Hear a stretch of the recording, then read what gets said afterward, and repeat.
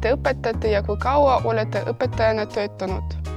No, ausalt öeldes õpetajana koolis või koolides ma ei töötanud kunagi, ma töötasin lektorina ülikoolides ja mul olid teised õppeained, aga gümnaasiumis mul on ajalugu gümnaasiumi klassides. Mis teile oma aine juures kõige rohkem meeldib? No, ma olen sügavalt veendunud, et ajalugu see on hea võimalus mitte vaid midagi õppida, aga arutada, mõelda, teha järeldusi ja seda ma kasutangi minu loengute ajal. Milline on teie õpetamisstiil? Kas pigem arutelud, loengud või rühmatööd? Nii ja naa tegelikult, nii nagu ma ütlesin, ajalugu annab päris palju võimalusi midagi arutada ja olgem ausalt, tänaseks päevaks tehnoloogiad annavad võimalusi leida mida iganes internetis 2 klikiga, isegi 1 klikiga. Ja see ei ole probleemiks, et mingit kuupäeva leida ja nii edasi, aga arutada, vaadata tervikuna, teha järeldusi, näha, kus on algus, kus on lõpp ja kuidas sündmused omavahel seotud, see on ajaloo tundide eesmärgiks, ma arvan. Ja seetõttu meil on ka loengud ja samas rühmatööd ja interaktiivtöö muidugi ka. Kui palju kodutööd te tavaliselt annete? Võimalikult vähem, kuna ma saan aru, et neid kodutööd, mis vajavad analüüsi tegemist, kahjuks tihti õpilased kasutavad erinevad tehisintellekti lahendusi ja see ausalt öeldes rohkem õpilaste vastu töötab, aga see on reaalsus. Seetõttu pole mõtet seda teha. Ja kui ma annan, siis see kodutöö tegemine ei võtta rohkem kui 15-20 minutit aega. Kuidas te hindate, kas rohkem kontrolltööd, arvestused või jooksev hindamine?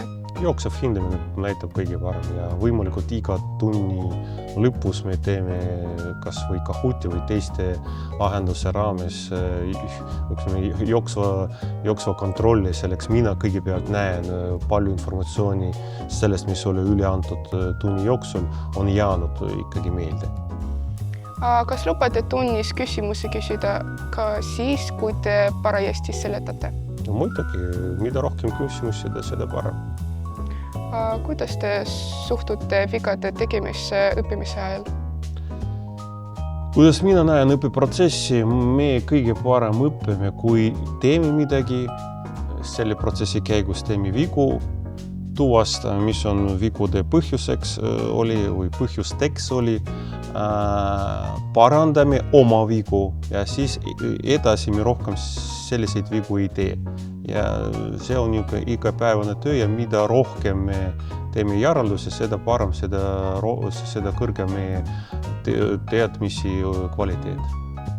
Milline on teie arvates hea õpilane?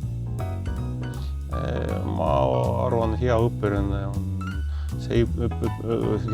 on see, kes oskab mõelda. Mis on teie lemmiktoit? Minu lemmiktoit lambaliha. Kas te eelistate kohvi või teed?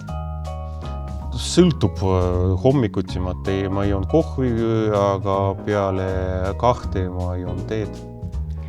Mis on teie lemmikhobi väljaspool kooli? Reisimine. Kas teil on mõni lemmikfilm või seriaal? Meil on neid palju ja rääkides filmidest, ma võin välja tuua Mark Zaharovi filme, näiteks see on Tavaline ime või seesama Münchhausen, mis ma arvan mõistlik vaadata ka õpilastele praegu, kuna nad annavad seda, mis on alati kasuks tuleb. Kui te ei oleks õpetaja, mis ametit te teeksite? No tegelikult õpetamine ei ole minu põhivaldkond, aga rohkem mina tegelen juhtimise. Mis oli teie lemmikaine koolis? Ajalugu. mis on üks huvitav fakt teie kohta, mida õpilased tavaliselt ei tea? No, kunagi lugupeetud Pae gümnaasiumi direktor Isabella Ritsar oli minu klassi juht, kui ma käisin koolis. Aitäh! Ja palun!